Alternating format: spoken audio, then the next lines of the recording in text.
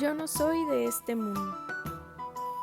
Hola a todos, con motivo de una actividad escolar en la materia Desarrollo de habilidades de lectura, mis compañeras Sujei Calderón, Salma Armendáriz y yo, Aimé Reyes, les estaremos leyendo y comentando una parte del cuento de la autora Alejandra Pizarnik, titulado La Condesa Sangrienta.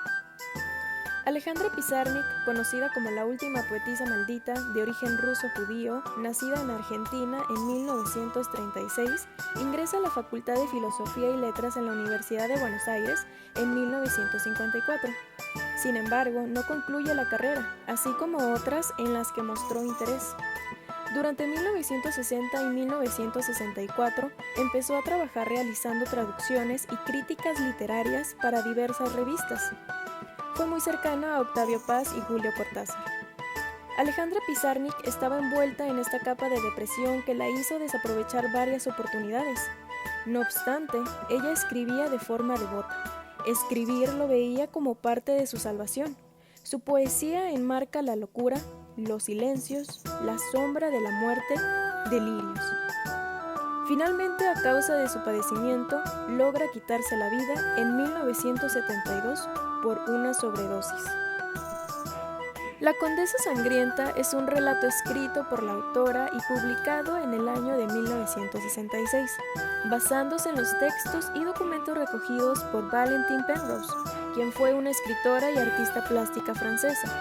La obra relata la leyenda de Erzsébet Báthory, una condesa húngara medieval conocida por haber cometido más de 630 asesinatos.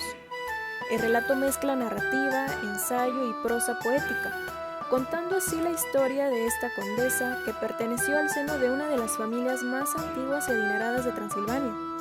Según algunas investigaciones realizadas en la época, se dijo que el castillo Cactis, lugar donde residía ella, encontraron por todo el escenario muchachas torturadas en distintos estados de desangrado y un montón de cadáveres por los alrededores.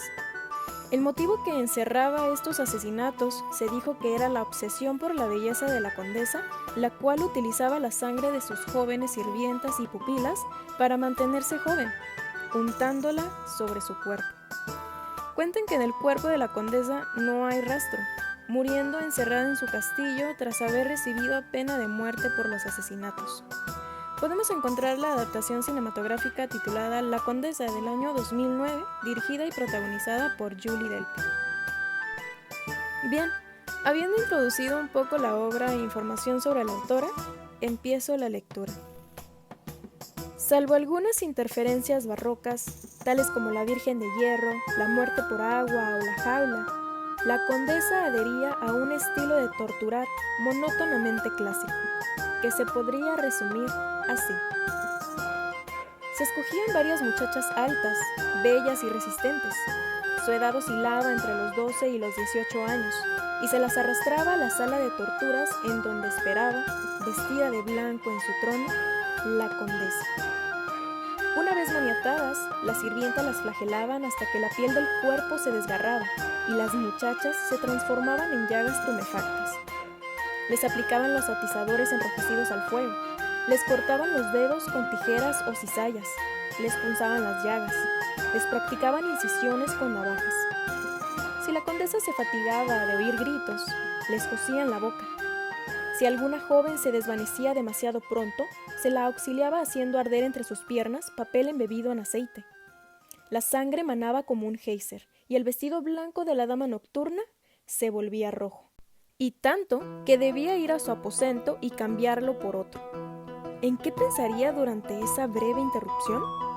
También los muros y el techo se teñían de rojo. No siempre la dama permanecía ociosa en tanto los demás se afanaban y trabajaban en torno a ella. A veces colaboraba, y entonces, con gran ímpetu, arrancaba la carne, en los lugares más sensibles. Mediante pequeñas pinzas de plata, hundía agujas, cortaba la piel de entre los dedos, aplicaba las plantas de los pies cucharas y planchas enrojecidas al fuego, fustigaba. En el curso de un viaje, ordenó que mantuvieran de pie a una muchacha que acababa de morir, y continuó fustigándola, aunque estaba muerta. También hizo morir a varias con agua helada, un invento de su hechicera Darbulia, consistía en sumergir a una muchacha en agua fría y dejarla en remojo toda la noche. En fin, cuando se enfermaba, las hacía traer a su lecho y las mordía. Durante sus crisis eróticas, escapaban de sus labios palabras procaces destinadas a las supliciadas.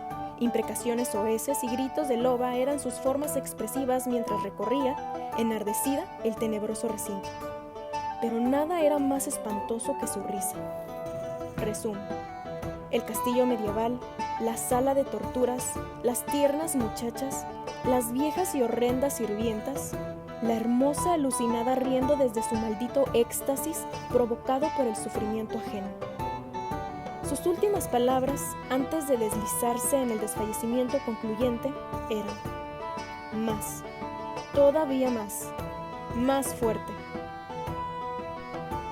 Bien, en la forma narrativa del cuento podemos ver cómo la autora describe los particulares métodos que usaba la condesa en contra de sus víctimas, evitando los métodos de tortura más comunes en aquella época, mencionando la Virgen de Hierro. Este era un sarcófago con pinchos de hierro en su interior, utilizados comúnmente para torturar o ejecutar. Pero la condesa era diferente. Ella no usaba esos métodos, ella prefería atar, azotar, quemar, cortar, arrancar la piel y ver la agonía y el dolor de sus víctimas, para después extraer la sangre y usarlo como remedio para el paso de la edad. Podemos darnos cuenta también de la forma sarcástica y hasta cómica con la que la autora nos relata la normalidad con la que la condesa lastimaba a las jóvenes mujeres.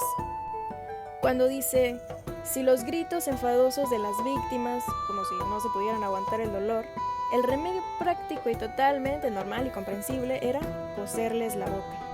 En sí, este párrafo nos habla del gozo que la condesa sentía al ver el sufrimiento de las muchachas.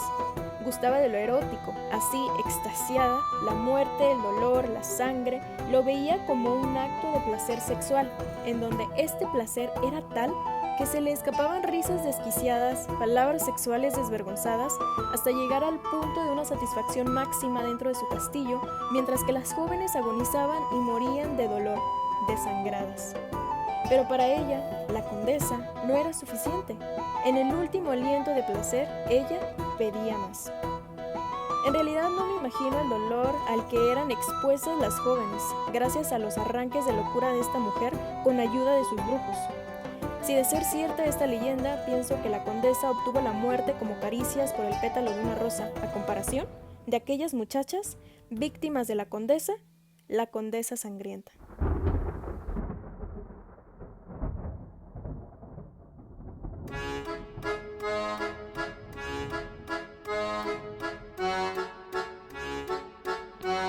No siempre el día era inocente, la noche culpable. Sucedía que jóvenes costureras aportaban durante las horas diurnas vestidos para la condesa, y esto era ocasión de numerosas escenas de crueldad. Infaliblemente, Torco hallaba defectos en la confección de las prendas y seleccionaba a 2 o 3 culpables. En ese momento los ojos de lobregos de la condesa se ponían a relucir. Los castigos a las costureritas y a las jóvenes sirvientas en general admitían variantes. Si la condesa estaba a un punto de sus excepcionales días de bondad, Dorco se limitaba a desnudar a las culpables que continuaban trabajando desnudas. Bajo la mirada de la condesa, en los aposentos llenos de gatos negros, las muchachas sobrellevaban con penoso asombro esta condena indolora, pues nunca hubiera creído en su posibilidad real. Oscuramente debían de sentirse terriblemente humilladas, pues su desnudez las ingresaba en una suerte de tiempo animal, resaldado por la presencia humana de la condesa perfectamente vestida que las contemplaba. Esta escena me llevó a pensar en la muerte, las viejas alegorias de la protagonista de la danza de la muerte. Desnudar es propio de la muerte. En esta parte de la lectura, se quiere referir a que la muerte es contemplada de diversas maneras y verse bien es digno de la muerte. Además de que la condesa siente una cierta satisfacción por el hecho de humillar y denigrar hasta la muerte a las jóvenes costureritas que resultan culpables por no hacer bien su trabajo como ella. ella lo desea, ya que ella se nota que es perfeccionista. Tal vez la noche sea la vida y el sol la muerte. Buenas tardes, hoy les voy a leer el último párrafo de nuestra novela La Condesa Sangrienta de Alejandra Pizarnik. También lo es la incesante contemplación de las criaturas por ella desposeídas. Pero hay más. El desfallecimiento sexual nos obliga a gestos y expresiones del morir, jadeos y estertores como de agonía, lamentos y quejidos arrancados por el paroxismo. Si el acto sexual implica una suerte de muerte, Elizabeth Bathory necesitaba de la muerte visible, elemental y grosera, para poder, a su vez, morir de esa muerte figurada que viene a ser el orgasmo. Pero, ¿quién es la muerte? Es la dama que asola y agosta como y donde quiere. Sí, y además es una definición posible de la condesa Bathory. Nunca nadie no quiso de tal modo envejecer, esto es, morir. Por eso, tal vez representaba y encarnaba la muerte, porque ¿cómo ha de morir la muerte? Volvemos a las costureritas y las sirvientas. Si Elizabeth amanecía irascible, no se conformaba con cuadros vivos, sino que a la que había robado una moneda, le pagaba con la misma moneda, enrojecida al fuego que la niña debía apretar dentro de su mano. A la que había conversado mucho en horas de trabajo, la misma condesa le cosía la boca, o, contrariamente, le abría la boca y tiraba hasta que los labios se desgarraban. También empleaba el atizador, con el que quemaba al azar mejillas, senos, lenguas. Cuando los castigos eran ejecutados en el aposento de Elizabeth, se hacía necesario, por la noche, esparcir grandes cantidades de ceniza en derredor del lecho, para que la noble dama atravesara sin dificultad las vastas charcas de sangre. Esta es la recopilación del último párrafo de la novela de Alejandra Pizarnik. Esta noble dama Pizarnik hizo más novelas que solo La Condesa Sangrienta. Uno de los ejemplos es En esta noche, en este mundo, Poesía completa, La extracción de la piedra de la locura y otros poemas. La Condesa Sangrienta, como había mencionado en el último párrafo, Nueva Correspondencia, 1955-1972. Prosa completa, 2 letras, entre otras. Alejandra Pizarnik fue una novelista muy reconocida que se haya visto en el siglo XX, considerando que muchas de esas mujeres no escribían debido a que para una dama no era bueno que escribiera cosas sangrientas. Por decirlo así, era mejor que escribiera novelas o poemas. Pero ella demostró lo contrario cuando escribió varios libros que ni siquiera tenían nada que ver con lo que era la mujer.